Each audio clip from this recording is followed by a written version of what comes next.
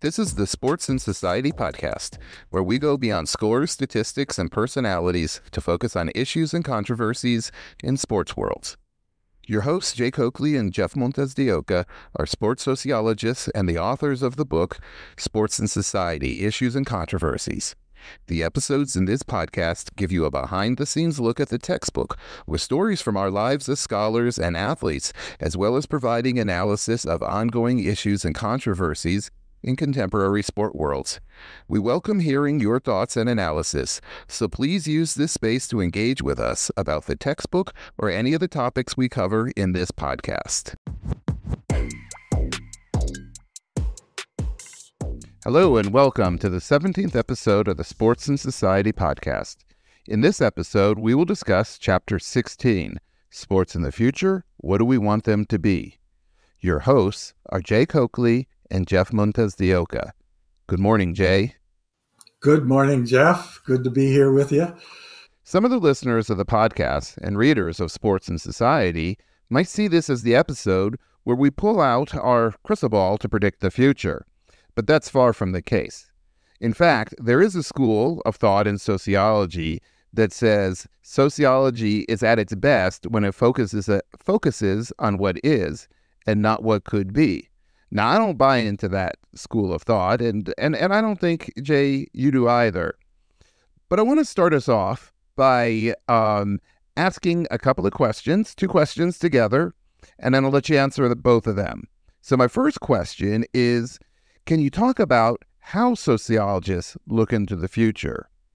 And second, given that it is hard to predict the future, why, as sociologists, do we include a chapter on sports in the future?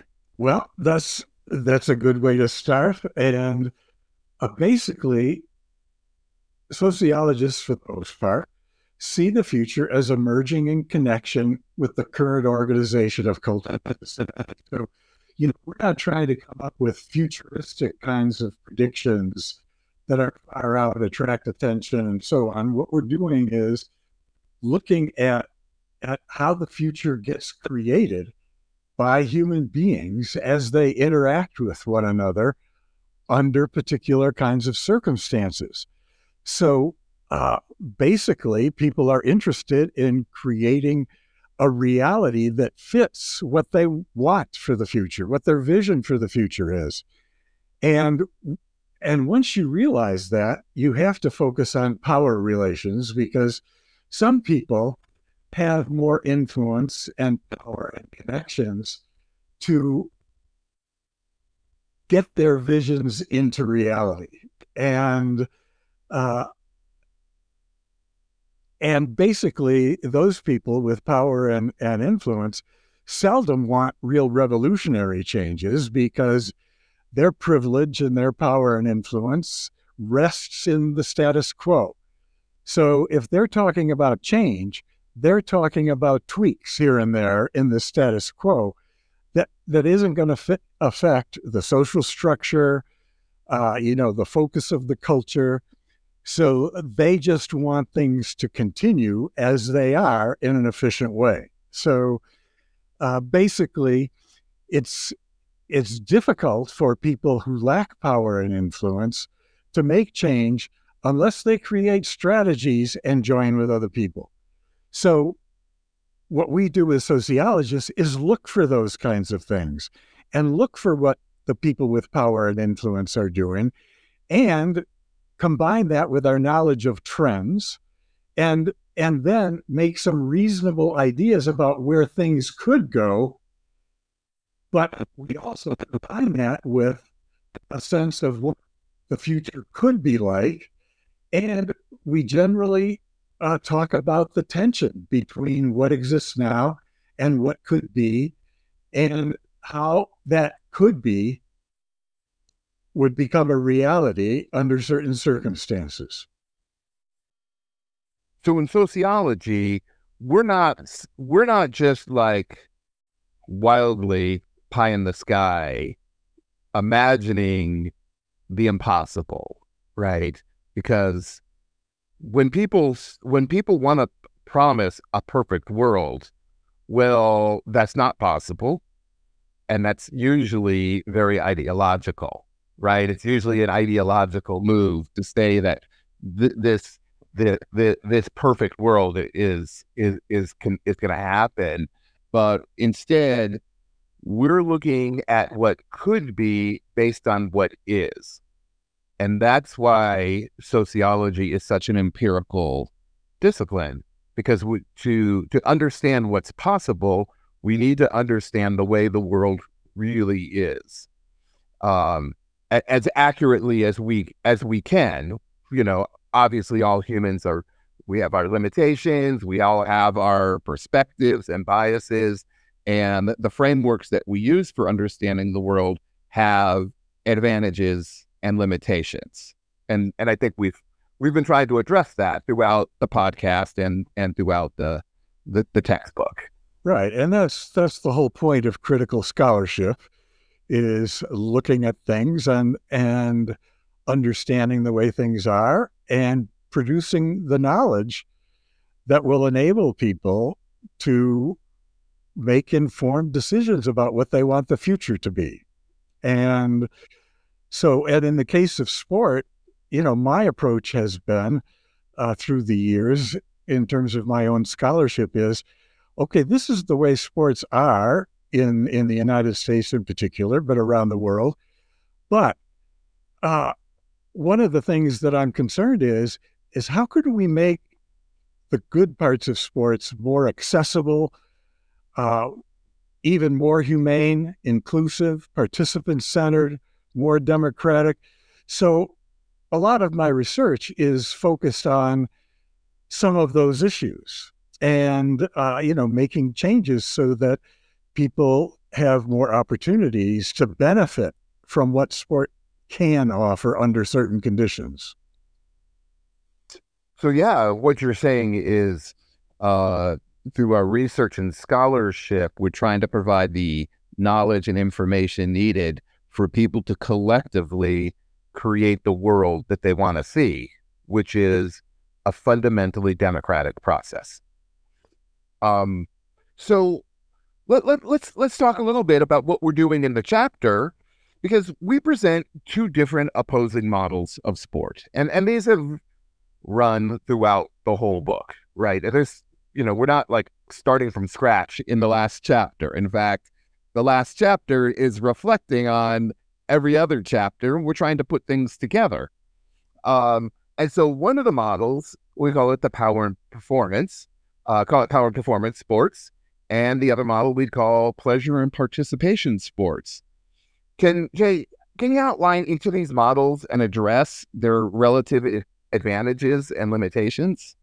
Yeah, and if any of our listeners remember and have gone through some of the book, Chapter 3 introduces this, and the context within which we introduce it is that we're talking about the socialization that occurs in sport, and we're making the case that socialization is very different in power and performance sports than it is in pleasure and participation sports.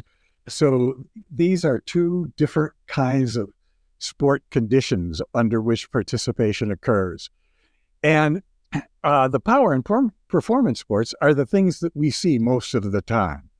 And they're going to continue to be highly visible and publicized in the near future. And they're based on the key aspects of the dominant ideologies in the societies in which they exist.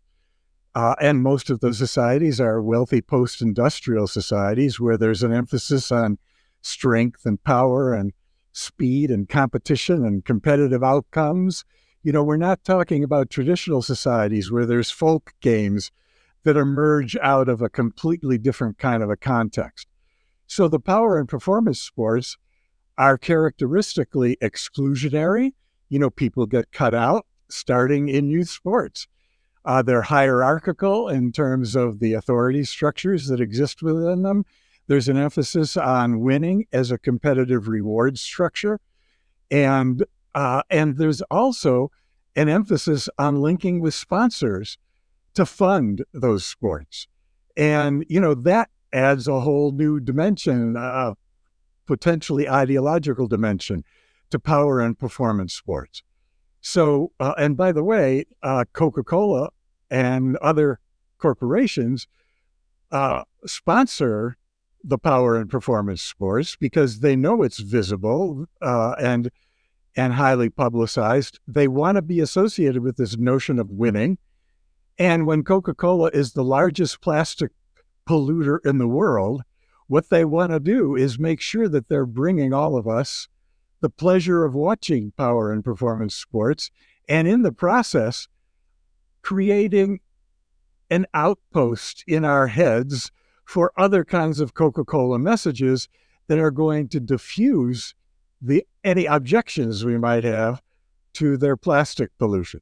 So that's something that we've kind of hit on through some of the other podcasts. But the pleasure and participation sports are organized on the ground, so to speak. I mean, they have much more of a grassroots kind of a connection to people's lives. And they emphasize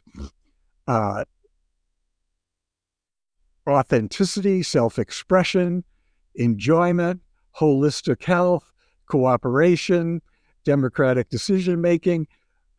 You can't get pleasure and participation sports going and keep them going if you have is excluding the voices of potential participants. So basically, we're talking about sports that I have in other contexts called people sports. They're created for the participants. And another word that we use for pleasure and participation sports are recreational sports. And some of those are organized by profit organization, park and recreations departments, and so on. But people who participate in them often have opportunities to know what's right, what's wrong, and participate in some kind of an adjustment or a change process. So the pleasure of participation sports are for the people themselves. There are no external kinds of goals, profit making, fan support and development, and so on. So basically, they emphasize power sharing much more than is the case in power and performance sports. And the only time you have some strings attached to them is if you have a corporate sponsor that starts interfering with you. But then, if you feel that you're not being represented adequately, you can seek another sponsor.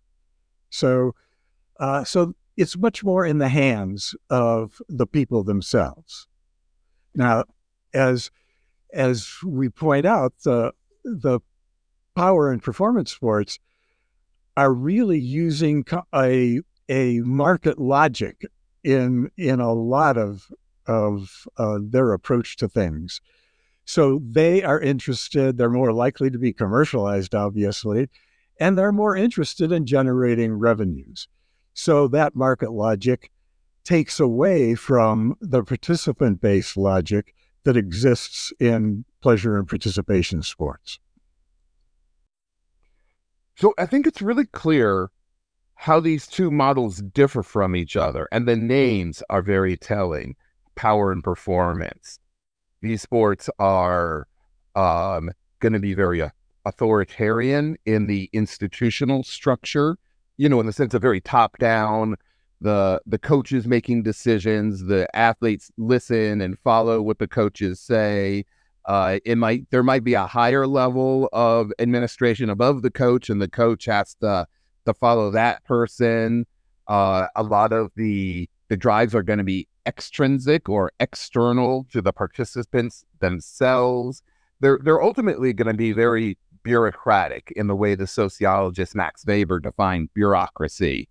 And as you said, consistent with the logic of the market. And that's why they're going to be so bureaucratic and authoritarian and all of those things. Whereas pleasure and participation, like clearly rooted in the pleasures of the participants, highly inclusive, based much more on intrinsic or internal values of the participants.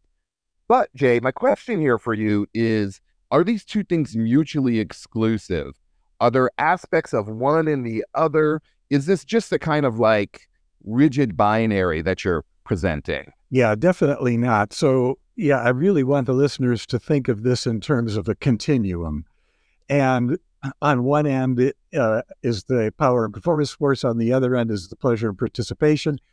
And what we see in the middle, and it's a big middle, is combinations of those. And that's something to be aware of. These two concepts really don't provide us with all the answers or even a basis for asking all the questions, but they alert us to the kinds of cultures that exist within sport and how they vary in terms of some of the things that you and I have just mentioned.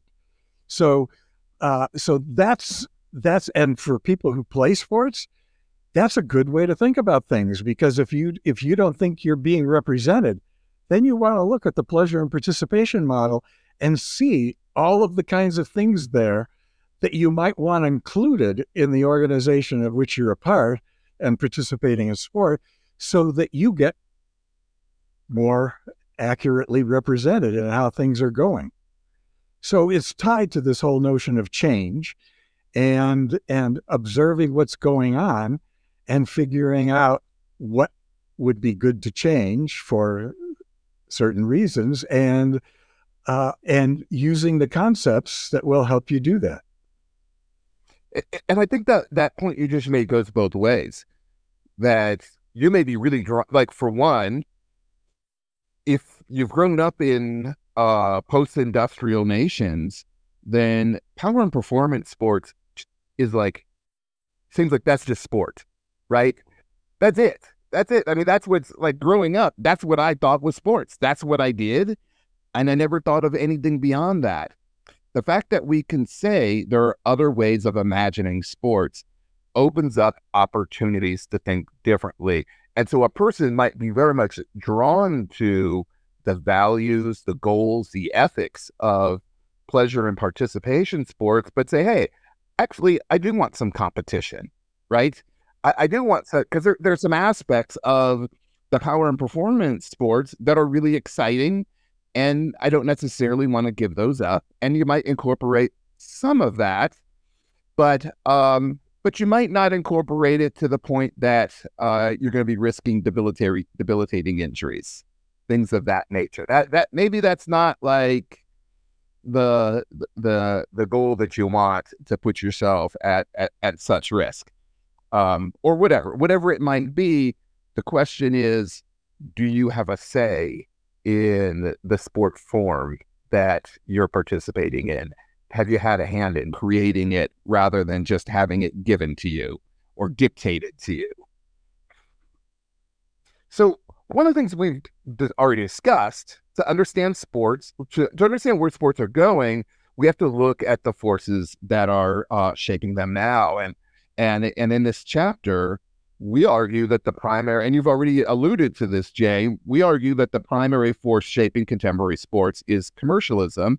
And of course, that is, as we've said, consistent with the power and performance model.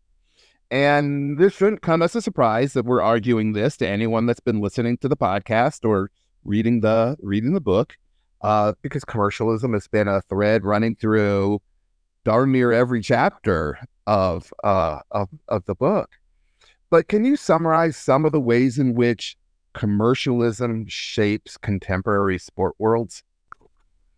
Yeah, I think that once a sport organization has a commercial goal, things change. And by the way, sports require resources in order to exist.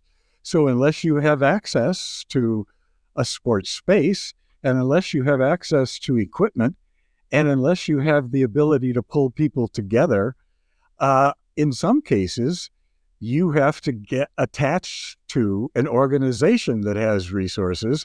And some of those organizations are going to use a commercialized approach. I mean, they're either raising money or they're interested in generating revenues. And so once that commercialization model is used, things change. And all the things we've mentioned about the power and performance model are going to be accentuated, and they're going to be accentuated in a way that emphasizes the sport organization as a brand.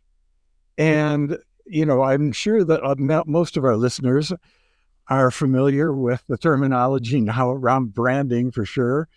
And, that whole emphasis not only affects the organizations, but it affects the athletes themselves who develop strategies and tactics to emphasize themselves as brands.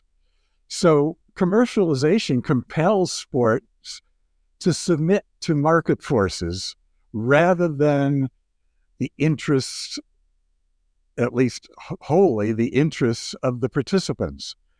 So some of the things that we would find pleasurable about power and performance sports get pushed aside a little bit unless we're spectators. So because spectators are crucial to them and to many of them, so they pay attention to making sure that they maintain sources of excitement, keep us busy as fans, engaged in the game, and so on. And we can talk a little bit about that later in the podcast. But this competitive logic of the marketplace privileges certain people.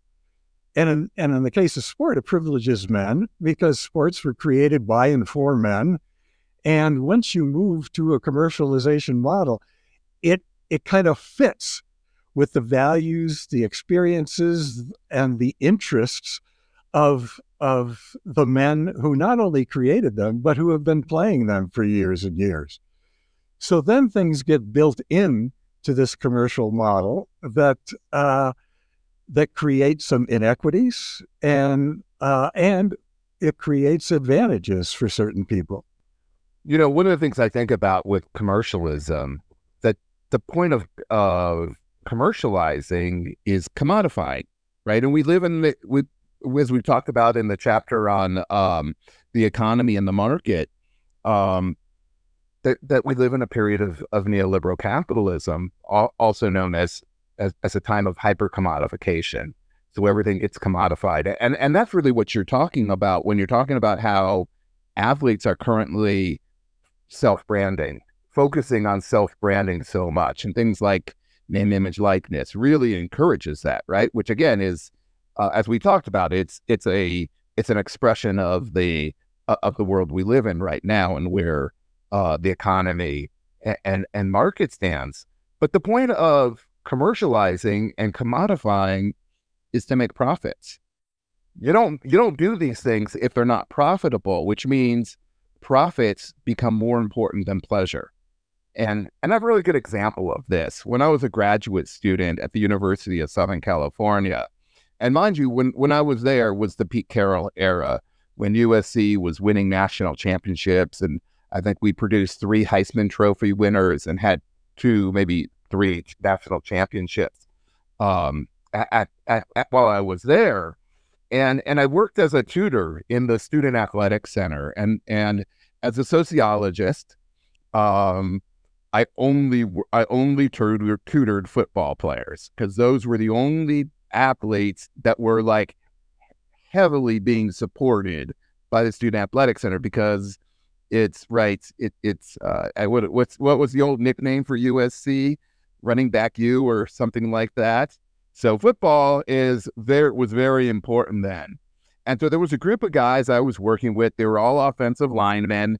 And it was really interesting talking to them because they emphasized how when they were in high school, football was so much fun. They did it. It was a passion. They did it because they were passionate. Now, they went to obviously big time high school football programs and they were really good, which is why they were linemen for the University of Southern California for the Trojans. But they said when they got to USC, everything changed. It wasn't fun anymore. The play had become work and football was a job. And they were really clear. They understood they were commodities that were bought and paid for, and they didn't have control over what they were doing. And they were like, the only thing that made it really worth it for them, besides the fact they were living their dream, although it wasn't what they expected, was that moment of walking out into the stadium and hearing the crowd cheering. They're like, there's nothing replaces that. And it was their ticket to getting an education from a really good school. But one of the things I remember watching one of their games when they were playing on television, and one of these guys had a career-ending injury in the middle of the game. And I remember watching him laying there on the field and thinking to myself, this is really bad. And then I couldn't help but think, what is his mother thinking right now? Because I know she's watching the game too.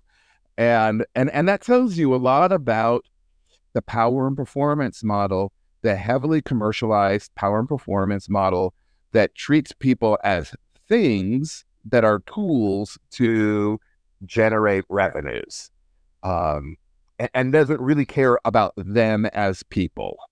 Yeah, and that's looking at things kind of from the top down. Anybody who's been following the news lately knows that at the professional sport level, private equity is now buying in to franchises in major professional leagues, and they're also trying to sell themselves to the big-time college sport programs, the athletic departments, where private equity says, you hire us and we'll come in and we'll treat you just like a company that we've bought, and we're going to streamline you, we're going to cut costs, and we're going to increase revenues, and we're going to show you how to do that over the long run. And once private equity comes in, you know that the model that's being used, it reflects the market of the logic, because that's what they're all about. So, this is happening. And one of the things that we're thinking about is how that's going to affect the future. I mean, is a commercialized power and performance model going to be the dominant model in most communities around the world as we move forward? And what are the alternatives to that? Well, let me ask a follow-up question about that, Jay. So as we do look at people's ability to change and reshape their social worlds, what would you say are the seeds of potential resistance that commercialized power and performance sports plant? Well, first of all, they've planted the seeds in our heads, the whole notion that outposts are being developed in our heads is a point to be made here, because we have been sold this notion of power and performance, commercialized sports, for so long that this is what we define as real sports. And anything that's an alternative to that is an exception to real sports. So right there, we have to start looking at how that outpost in our head is influencing the kinds of decisions that we make and the kinds of sports that we envision for various kinds of futures, for us, for our kids, for our families, for our communities, for our schools. But it's very hard now to envision sports that contradict that power and performance commercialized model.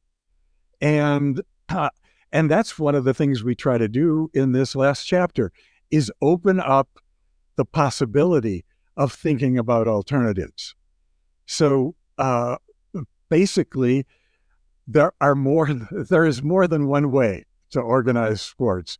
And there's an infinite number of ways. And when you watch people in certain kinds of pickup games be creative and enjoy a 2-hour session of physical activity that has competition in it and so on, but basically they're doing it as a reflection of what they all want to do at that particular time. So it's reflecting pleasure and participation with some remnants of the power and performance model in them. And that's a great point, because I do see at times the commercialized sports inherently creating resistance to themselves. And I first started to notice this as a kid. I think it was 1981. I was in junior high school or middle school, and growing up in the Bay Area, my hometown team was the Oakland Raiders, but the Oakland Raiders left after winning the Super Bowl, right? Jim Plunkett took them to the Super Bowl. They won, and the next year, the Oakland Raiders became the Los Angeles Raiders. And there was so much anger and resistance to that. And I knew a bunch of people that stopped watching NFL football because they lost their team. And one of the things that people realized is they said, the Raiders are my team. And then they realized the Raiders were Al Davis's team. And you see that all the time in all different professional team sports. At least in North America, you see teams moving around the continent. In Britain, we see that around Premier League soccer clubs.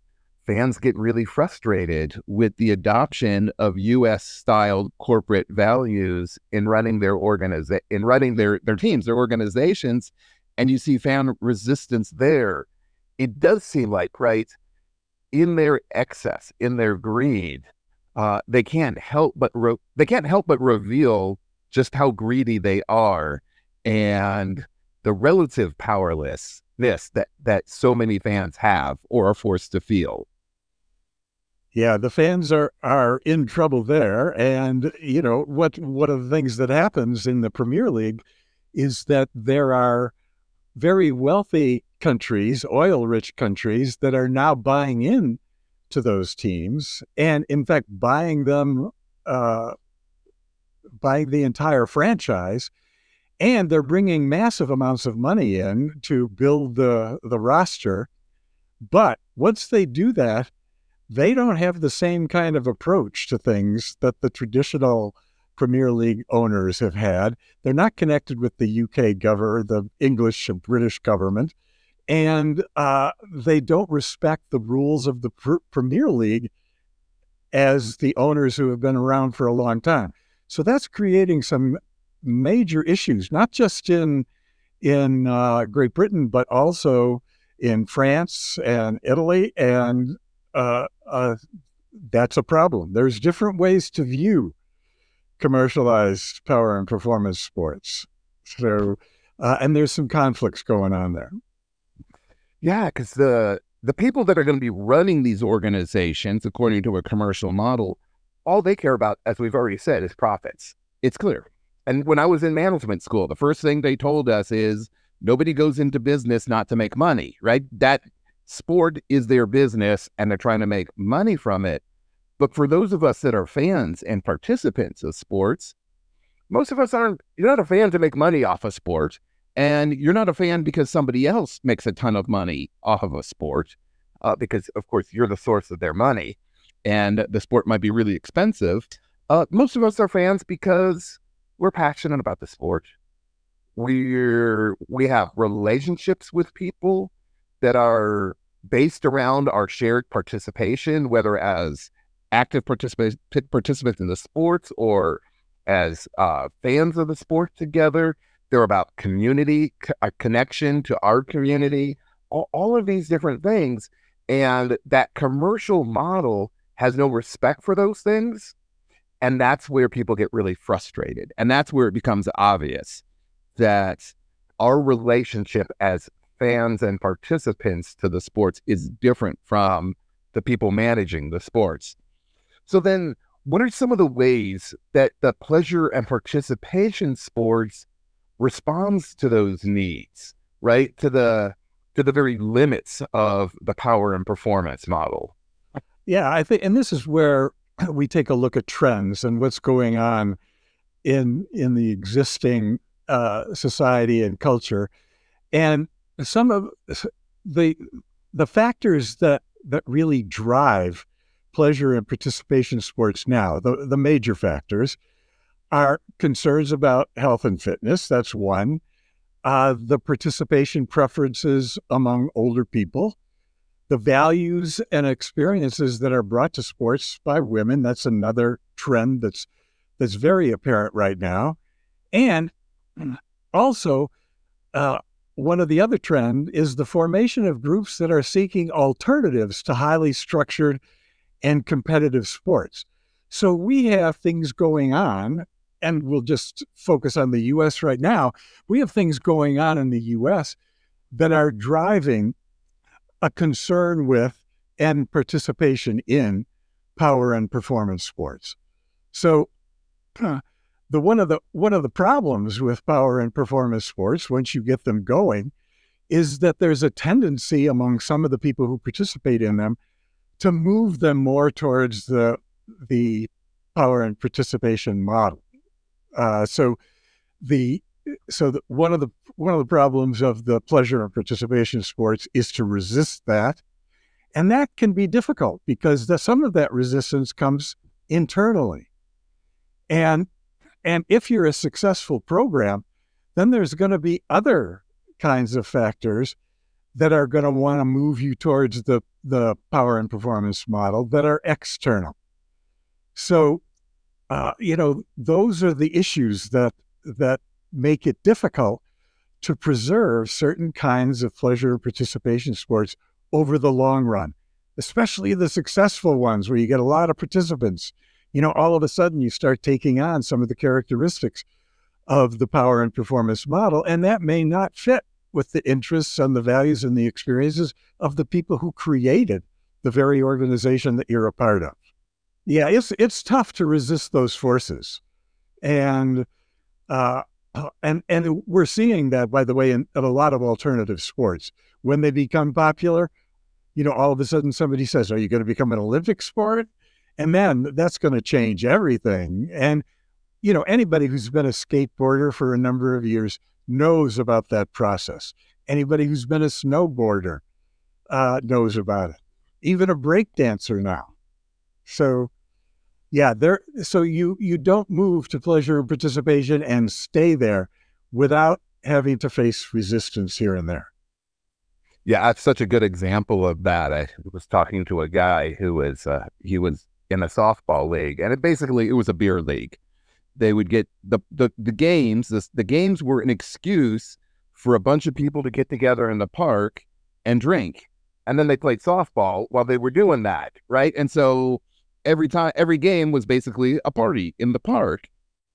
And then he said a bunch of younger guys who all worked for finance companies and things like that started joining the league, and they wanted to take it much more seriously. And for them, serious meant adopting the power and performance values, right? They wanted to rationalize. So then they had to start practicing, and they wanted uniforms, and they cared about who won, where previously, right, winning and losing was irrelevant, because the point was just having fun. And he said, eventually he quit because the league was taken over by a bunch of younger guys that wanted that power and performance model, because that's what they saw as prestigious, right? As carrying social capital, because it's recognized by institutions.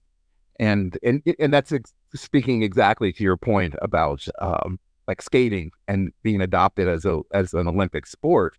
There is that siren call of recognition, of funding, of all those sorts of things that come with being commercialized. Yeah, and we can see that if we have our eyes and ears open and are kind of tuned in to the possibility of these kinds of activities. But we see it with adult kickball, with foot golf, with gender mixed flag football leagues, parkour and free running groups, sand surfing, bike polo, climbing. There's all of these kinds of things that come out of the pleasure and participation model. And as long as people don't fall for the myth that the only real sports are those that emphasize power and performance, that's a good starting point for preserving what you've got.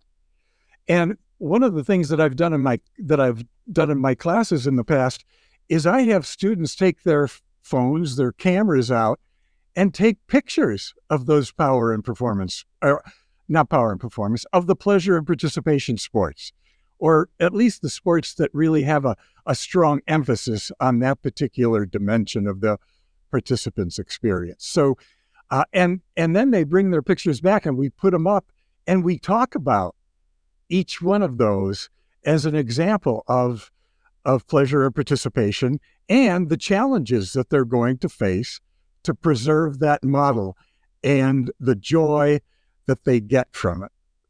So once again, as we've argued since the start of this episode, if we want to understand the world that might be, we need to accurately understand the world as it exists. And in this chapter, we've identified 5 major trends in contemporary sports to understand coming developments in sports. And these trends are, first, a widespread commitment to organization and rationalization.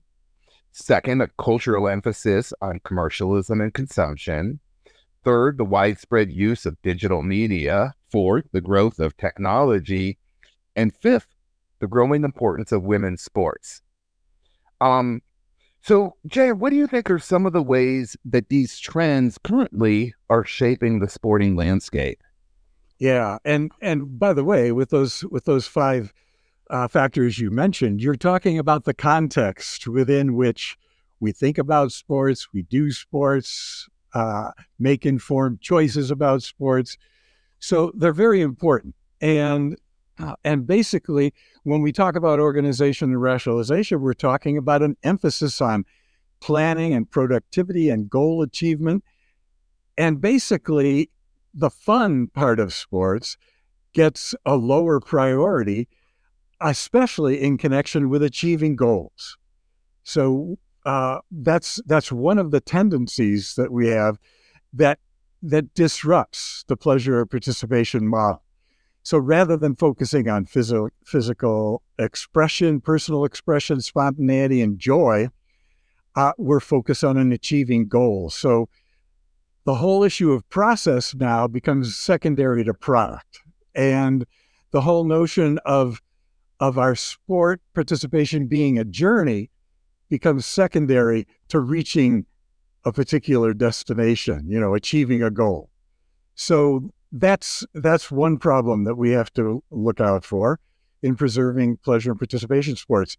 And we've already talked about the commercialization and consumption where, a lot of people have a hard time even envisioning an alternative to that kind of a model. And one of the things that helps us here is to have access to free public spaces where sports can be played. There's a lot of places where people don't have that access. And once you start having to pay fees or get permits or have memberships, then you're moving into a commercialized model where certain elements of the pleasure and participation model are going to be compromised. Now, digital media is an interesting one because we can use digital media to preserve pleasure and participation sports.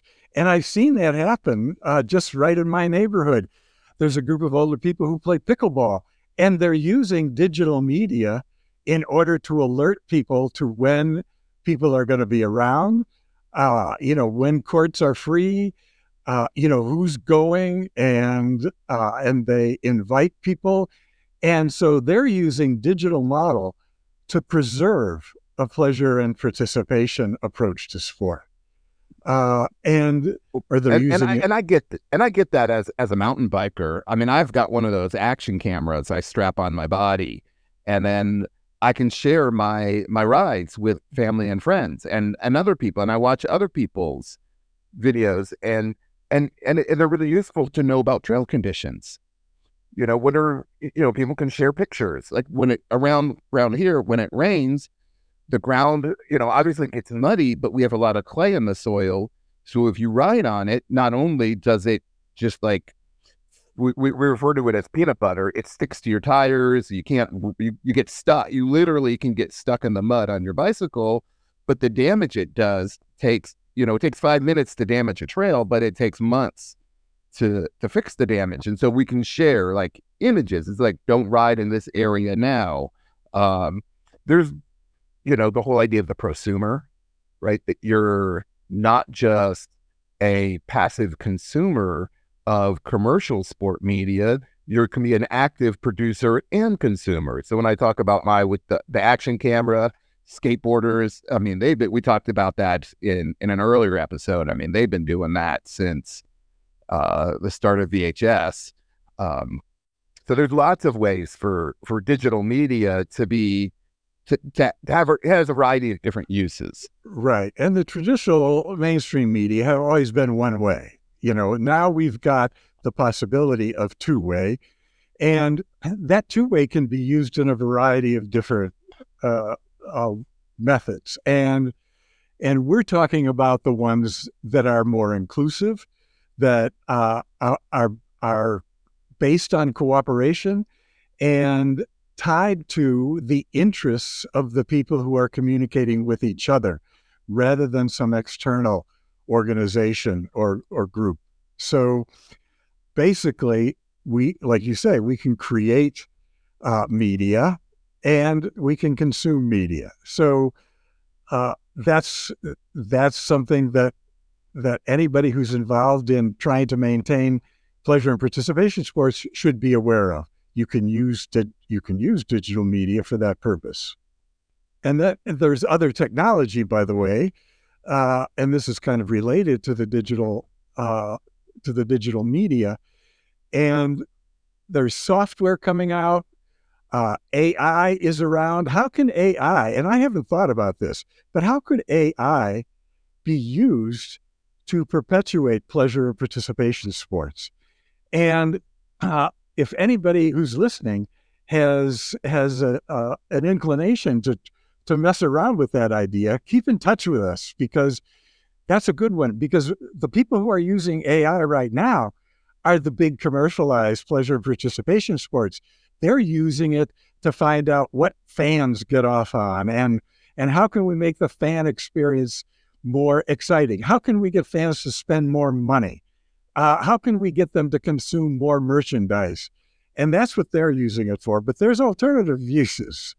And so how can we use the technology that's emerging to foster and facilitate more of a grassroots approach to sports that reflects the interests of the participants, that are participant-centered, basically, and organized around pleasure and participation? Well, I think the last trend is probably the most interesting for me, and I'm really interested to hear your thoughts on it, which is the growing importance of women's sports. Yeah. Now, this is something that I've kept in mind now for a long time. And let me tell you, the last year and a half, I've had to create new files in my folders for things related to gender, because there are so many records being set in connection with women's sports, in terms of participation, in terms of viewing on television, in terms of attendance at events, in terms of the popularity of athletes. So women's sports is now reaping the rewards of 52 years of Title IX in the United States and in other countries, similar kinds of legislation, and reaping the rewards of some of the feminist scholars who have done work on sports and created a narrative that now can be used to legitimize women's sports, in contrast to all those sports that have been created by and for men based on their values and experiences and interests. So women now have seen tremendous growth over the years, mostly at the level of participation and lower age and ability levels. But those kids who started are now young women, and they're not thinking just of participation They're thinking of growing women's sports. So, and by the way, they're using digital media to do that. A lot of the former professional sports and current professional sport athletes are using digital media to create an alternative narrative to the standard male narrative about why sports are exciting, why they should be invested in, why they should be expanded. And we're seeing that happen. So the WNBA now may quadruple their media rights contract. And they've set more records on attendance and viewing than the last 52 years combined. So we are at a spot in history where it's not just the growing importance, it is the importance of women's sports. And when you see Caitlin Clark signing autographs with 12 little girls and 3 little boys, you know that there's a future to this. So this is an interesting moment because as women's sports grow, or as you say, not the growing importance, but the importance of women's sports, just like the alternative sports that were created as alternative to the power and performance model, the fastest way to become bigger, to become more important, is adopting a power and performance model.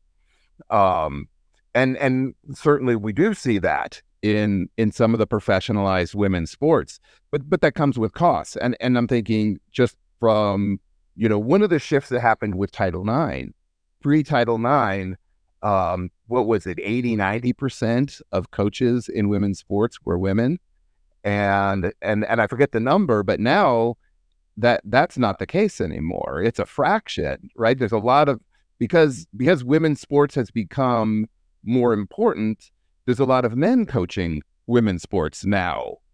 And so what would be some of the major reasons why women that are listening to this podcast might want to resist a power and performance model? Because again, in the world we live in, that is sports.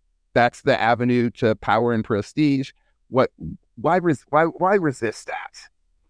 Well, because that model, as we've said, has grown out of the values and experiences of men. And by definition, then, women are incapable or unqualified to become a part of management in sports generally. So what happens with the pleasure and participation model, and I'm not talking about an extreme example of pleasure and participation model here. I'm talking about an example where there is some competition, or it's recognized as a league or a team that's focused on excellence, and but there's also a focus on cooperation, possibly. There's a focus on some of the other things that grow out of the values and experiences of women through their socialization processes. And we saw that, and I hope I'm not using names that people don't recognize, but when Caitlin Clark left Iowa and was drafted first in the WNBA and plays now for the Indiana Fever, when she was hit from behind on what could have been easily called as a flagrant foul, there was a major objection to it. It became a national issue. And I've seen flagrant fouls in the NBA that have never become national issues. And so what we're talking about is that there is this possibility, a cultural possibility within women's sports to integrate certain aspects of a pleasure and participation model into them, and to control some of the power and aspects of power and performance sports. So that's one of the things that I'm interested in looking at. Are women's sports at the elite levels going to develop exactly like the men's sports have? And are their cultures, team cultures and league cultures, going to be the same? Or are women going to create or alternatives? And one of the ways that happens is by hiring women coaches. And women coaches have been hired at a little bit greater frequency as of late at the college level and at the professional level too. But one of the problems is that they sometimes don't get the same recognition as the male coaches do. But now we've seen some exceptions to that. And the women coaches are speaking up, and they're speaking up in some ways that are different than the ways that men coaches have spoken up in the past. That's such a great point. And to this point, certainly, even when women are adopting the power and performance model, and I think the WNBA is an example of definitely an example of the power and performance model, they do it differently than the men do. And so the women professional basketball players have been much more political and outspoken than the men have been consistently. And there's structural reasons for that we don't really have time to go into right now, but that is a fact. And so it'll be interesting to see that as the WNBA becomes bigger, more not just more popular, but more profitable, if those tendencies remain within the WNBA. And that's right. Again, that's the future, and we don't know what's going to happen. I tend to be cynical and say that, well, if those structural changes happen and the WNBA really becomes more like the NBA, then we'll probably see something similar, be much more similar. But women's experiences will, always, unfortunately, be different than men's experiences. Yeah, and a real quick example of that. When Angel Reese and Caitlin Clark were supposedly at odds, because of their experience playing Reese down at LSU and Clark at Iowa, one of the things that's happened subsequently is that they've gotten together and they've talked through some of this. And now the photos that I see are them giving high fives to each other, participating on the same team that just played against the women's national Olympic team and beat them, by the way. And Reese is now talking about how she looks forward to being on the Olympic team in the future because she's going to get to play with Caitlin Clark.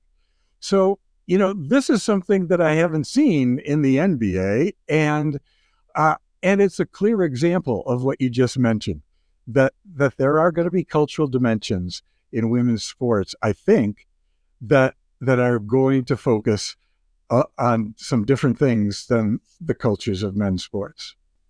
When I saw that, I had to laugh that the media people must just hate it because they love those really stereotypical narratives of black versus white, catfight, all of that conflict, all of that that these women have chosen to take away from them, which is fantastic. So we're running very short on time. And so I get one wrap-up question. And one of the things that we always say is that the point of sociology is not to describe the world as it currently exists, but to change the world, right? And that's the point of this whole chapter, right? Looking at sports in the future. And I want to ask you about ways that people who want to see a better world, a more humane and democratic world, can start working to create that. And obviously, I mean, within sport worlds, and I'm thinking particularly about our listeners that are in sport management programs right now, who are very likely to go on to be sport professionals. And so many of those sport management programs, at least in the US, are located in business schools. And so they're really given that power and performance model. So it might be challenging for some of them to accept what we as sociologists are saying. No, this pleasure and participation model, that's where it's really at. And they may be thinking to themselves, yeah, that sounds really cool, but how am I going to actually do that in an actual sport organization? Right. And in the chapter, we talk about the fact that people have different vantage points when they look at the prospect of change. And basically people who are working in sport organizations are focusing on the goals of growth and improvement. And they're not focusing on transforming the organization and the sport, the organization that they're in, and the sport that controls, or the sport that organization controls. So they're focusing on strengthening and expanding what already exists, and they're concerned with eliminating problems and promoting organizational efficiency. But those things don't lead us necessarily to integrating more things from a pleasure and participation model into the sport organization. And that's where the third goal, transformation, comes in, where once you have a critical approach, you assess what is and you envision what could be, and then you start thinking about the creative strategies that you could use to make some changes based on more of a progressive logic rather than a market logic exclusively. And the market logic isn't going to go away. It's what we can combine it with. And like you said, and how can we make those sports more humane and inclusive as we're working in them? Because that's part of what we want to do as human beings. So basically, growth is a pretty conservative goal. And improvement is kind of a reformist goal, and transformation is a radical goal. And if you're working in a sport organization and you come up with ideas for transformational change, you better do so tactfully. You better know how your suggestions are going to be received. You better have some strategies that fit, at least in part, with how the organization works. So you have to be a real capable strategist in order to make transformational change if you are already a part of a commercialized power and performance sport organization. And it seems to me that we get sold this line of this bill of goods that says, like, every one of us as an individual has the ability to change the world. And to a certain degree, that's true, but you as an individual not acting as an individual. We get all these movies where the world is going to be changed by the end because one brave person has stood up and spoke out, and then everybody agrees. They're like, oh yeah, that's rational. Let's go along with it. And obviously they may have some obstacles along the way because that's part of the drama.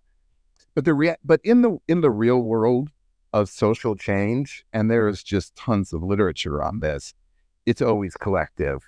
So if you're in an organization and you're a lone person, and you might say, hey, there are some real opportunities to make progressive changes, to make the world, right, sports more humane and democratic and all of those things, you probably need allies in that organization to achieve that. And it could be surprising who those allies are. I had a former student who, we're in Colorado Springs, and he worked for U.S. Cycling. And this was at the time of that U.S. Gymnastics was going through all of its scandals around Larry Nassar. And he said to the people he was reporting to, you know what? I mean, because he was a sociologist, he could see these things going on. He says, look, if we don't make some changes, we're going to be the next U.S. Gymnastics. And they said, well, what's your evidence? So he used his research skills that he learned in our sociology program, and he put the data together, and they said, oh my God, let's promote you. So his ally was the people he was reporting to. And like you said, he was very tactful, and he was able to back up what he was claiming with empirical research. And then they were really, happy in U.S. Cycling to head off some potential liabilities. And that's one example. But there's a variety, and I think that's more of what you would call reform, right? The reformist model, the improvement. And sometimes reform is a first step to transformation. So again, there's different, that's a strategy, right? And the specific tactics you take, the concrete actions you do to to carry out the strategy. They can vary, and they have to vary by the organization and the dynamics there. So people need to be very, very sensitive to the political environment that they're in. Right. And by the way, that's a good point, because I think that wherever I've seen a real transformation occur, it's almost always come out of a reformist orientation that's been established in a sport organization, where they are sensitive to the research. They are critical of their own management approaches, recruitment approaches, and so on. And by the way, other federations, we've both had long periods of time in Colorado Springs. I worked with USA Swimming, and we've done research with them, one of our colleagues and I, and we pointed out that the cost of swimming excluded 80% of the young people in the United States. Well, that opened their eyes. And so they started developing programs that were more participant friendly in terms of cost. USA Hockey did the same thing. They jumped onto the American development model that came out of Canada, and it was supported by Tom Ferry, a former ESPN announcer who's now the head of Project Play. And he talked with them, and they started integrating the things from Project Play into USA Hockey, because they were losing kids as participants and losing the fees from their parents. And after they changed the way they set up their developmental programs, their participation rates have gone up 20%. And those data are a couple of years old. So basically, there's ways to make certain kinds of transformational changes if you have allies outside of the organization as well, who are recognized as experts and who would be respected by the other management people with whom you're working. That's such a great point, and we really do need to wrap things up. But the tactics, the specific actions you take, may be improvement or reformist oriented, but hopefully your strategy, your long-term goals that you're trying to achieve are transformative. And that's really powerful.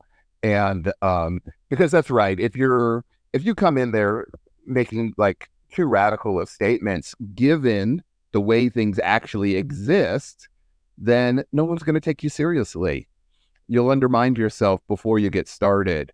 Because again, you have to take stock of what is the actual concrete situation on the ground, and then you can start providing a vision for something else, but that's got to happen in steps. Yeah, and any teacher knows that. You start where the students are, and then you move them along and accomplish your goals in the process. So, and you move from reforming some habits to transforming the way people look at their own education. And the same thing exists in sport. Those changes are incremental. They don't happen all at once. It's a long-term process, and you need allies inside and out of the organization. That's right. So this wraps up this last episode, and really our first season. But Jay, we have future seasons planned. And maybe we should get, for people that are listening to this podcast because it was assigned, they're in a class and they're reading Sport and Society and the podcast has been assigned to them, maybe we could give them some reasons to listen to season 2. Do you want to talk about like what we've got planned for season 2? Well, you're not going to be hearing us all the time. We're going to be bringing in the experts that we know of through our own experiences and through our contacts. And we're going to have them talk about the issues that are happening right now, and also going back and possibly adding their knowledge to some of the issues that we've talked about through these 17 episodes. So it's going to be a new approach. You're going to hear different voices, and you're going to hear different approaches to research and theory. So I think that it'll be exciting, and it'll be worth listening to.